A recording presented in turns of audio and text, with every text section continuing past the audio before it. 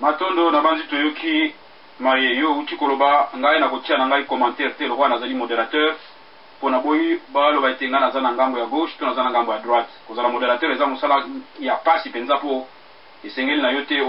olakisa langi oyo nini oza nango papa na nga do mpe outi kolanda ndeko za bwana eyano ye asili kopesa Lucifer azalaki mwana mbali kitoko asali mobulu bakomisi ye satana akomi moto mabe yo kobakisa nini na likambo wana matondo papa na ngai za bwana nakanisi na masolo ya lelo spécialement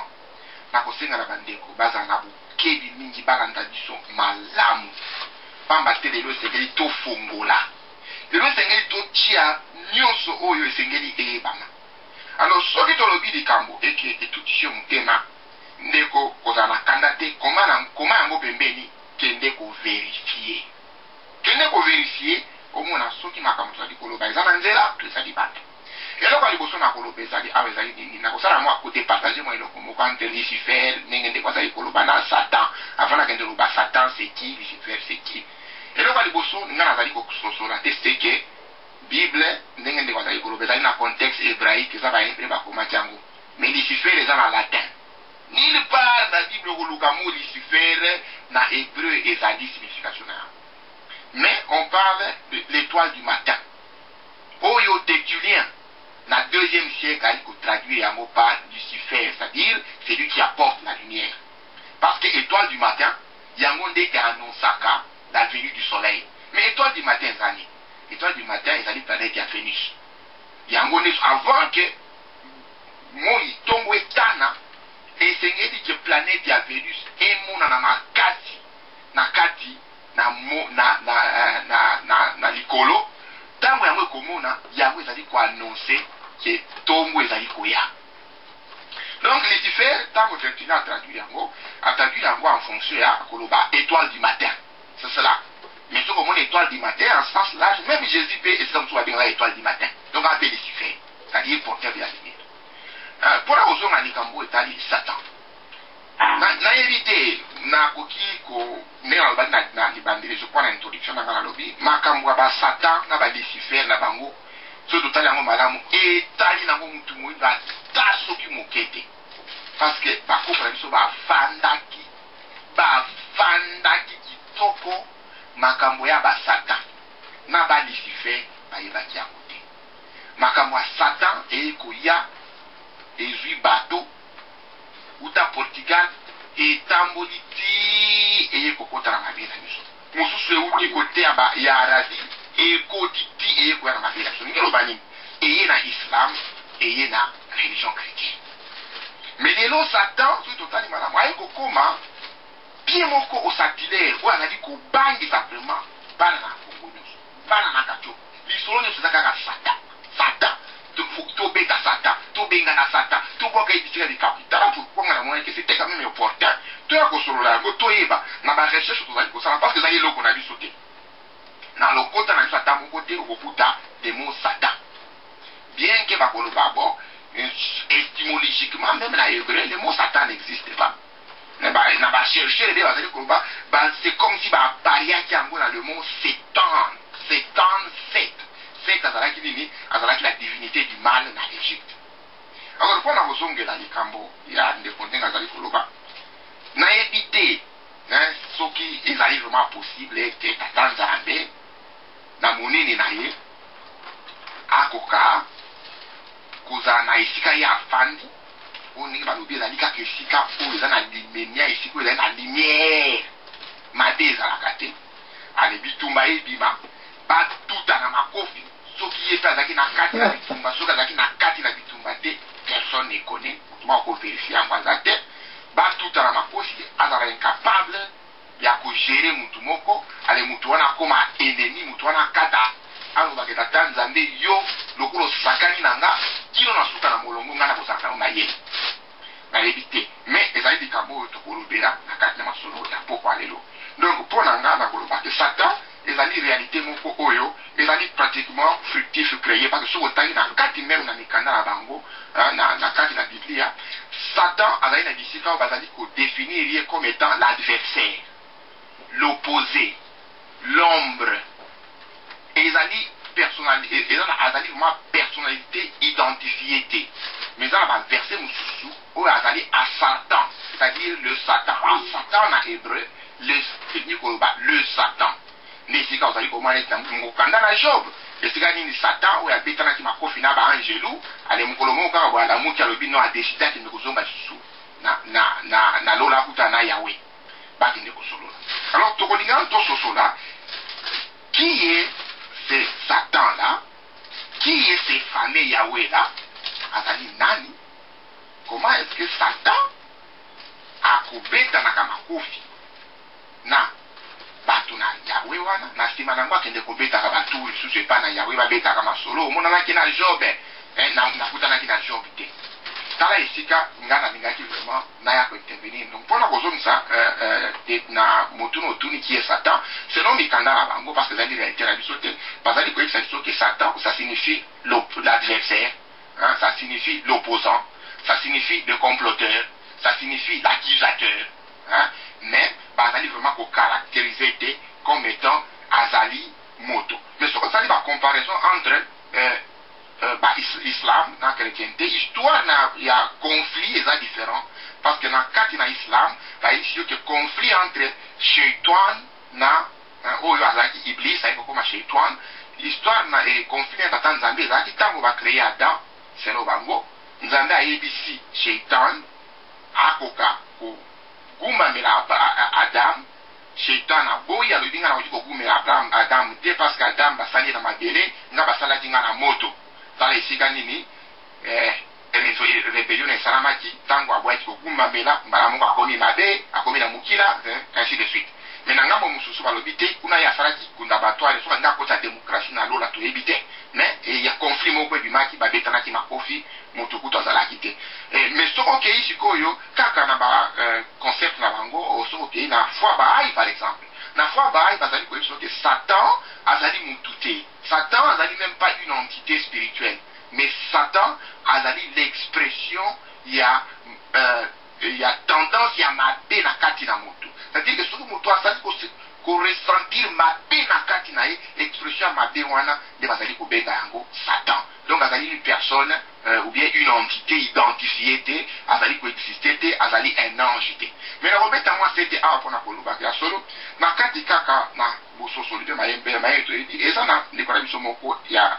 moindo malheureusement ça na mokila bakulu na komba mangongele ya lobaki na bato alobi loko moko mutuya alobi osala keba ba ange nous baza ma personne physique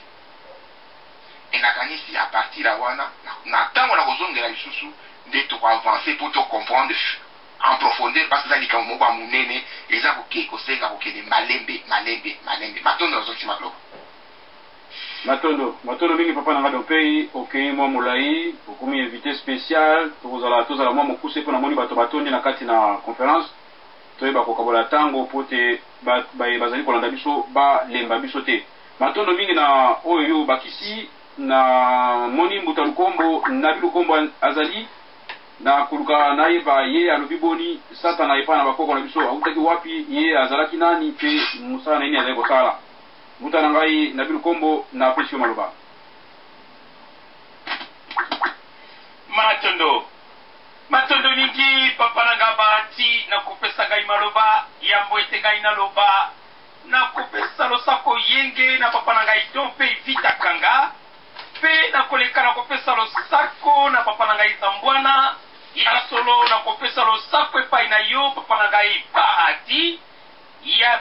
sima yango na koleka po ete nakende kopesa losako na papa na biso olembe mopia ya solo losako na basali nyonso ya www.radio na biso kati opa pe losako na baimbanso bazali kolanda biso na ngonga oyo ya solo papa na ngai bahati yambo ete ngai naloba likambo na Satana na koyebisa yo ete liloba ya Nzambe bakendeke nango na valise te bamemaka yango na porte-monnaie te pe bakende kosombaka yango na magasin te kasi Tata Nzambe inspiraka badu na esika bango bakutani amindele bayaki na mabele na biso ya Congo na 1482 kasi yambo ete bango baya bakoko na biso bayebaka tata nzambe babengaki na bakombo modele bakatata nzambe ya mpungu bane Congo kalunga modele kasi bayebaka satana te yango wana na minoko na biso kombo ya satana ezalaka te bakoma kotraduire yango na satana et puis bongo na bongo le mot diable n'existe pas yango bakoma kotraduire yango diabulu et puis bongo na bongo alors que tata nzambe bayebaki azala mokeli me bayebaki te kazalaki na concurrent oyo atiaka na etembe pe tata nzambe akokaka ete babetili biso masolo ya lokuta koloba ete moko abimisaki trouble na kati ya lola abukibuki baangelu makolo apanzi bango mapapu pe balemba na kokanga ye yango akitaka na se koya koniokola bikelamu ya nzambe ezali théâtre de chez nous bakoko na biso bayebaki nkadi ya mpemba cela veut dire mutu oyo alingi clarté te nkadi cela veut dire non mpemba cela veut dire clarté mutu oyo alingi clarté te ezali ye wana babengi nkadi ya mpemba parce que tata nzambe ye mutu asalaki le bien et le mal biloko nyonso tata nzambe asalaki yango mibale ntango asali mwasi asali mobali asali le bien asali le mal asali butu asali moi asali mai asali mabele asali moto asali mupepe biloko nyonso mibale meme ntango totambolaka lokolo moko soki ekei liboso moko etikalaka nsima biloko nyonso ezali mibale tata nzambe ye azalaka na esengo azalaka mpe na kanda biso batu tozalaka mpe na esengo tozalaka mpe na kanda yango mutu ya mokili aza na esengo balobi baangelu bakoti kati na yo yango otondisimi na esengo yango mutu ya mokili azalaka na kanda balobi satan akoteli ye sikoyo tangu tata nzambe azalaka na esengo banani bakotelaka tata nzambe tangu tata nzambe azalaka na kanda eske satan mpe mutu akotelaka tata nzambe bandeko tobosana makambo ya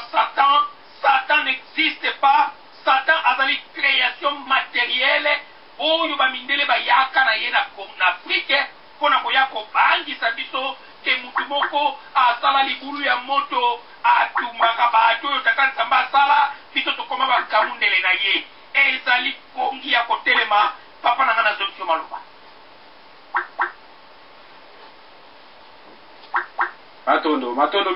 matondo mingi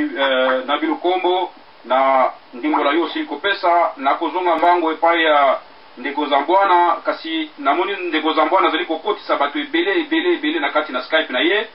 tozali kaka na régime moko oyo ya radio na biso Katiopa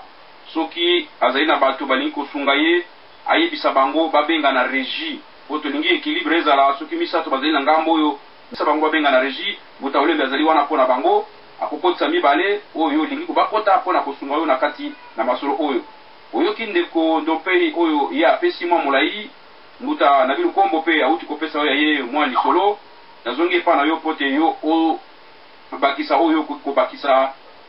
soki moto akobakisa likambo azali te tokokota na motuna ya ibale ndeko za mpwana maloba mboka yo ya merci mingi concernant bandeko baza kobenga baza mingi wana Luanda bamosusu nazomona nayebi te so bapeyi nini do nayebi kutu te koma na kodirige bango nazopesa bango kaka site bakende na www na radio na bino wana donc balandelanga kuna mpona baquestion nayebi te soki bakoki kokoma nakoki kosala retransmission en direct epai na bino ndenge olobi même ngambo naza na des ordinateurs me nyonso ekomi plein nayebi te koma na koyamba naza na 11 bato baza na queue na ligne bon mpona bandeko basili koloba wana ya des contradictions eza koya na kana bino kuna oyo eza kosala ete jusque là nazo continuer sarclage nanga mpona yeba mpe koma na koatakele programme oyo très bien parce que mingi kati na bino bozo kosaute mpe premier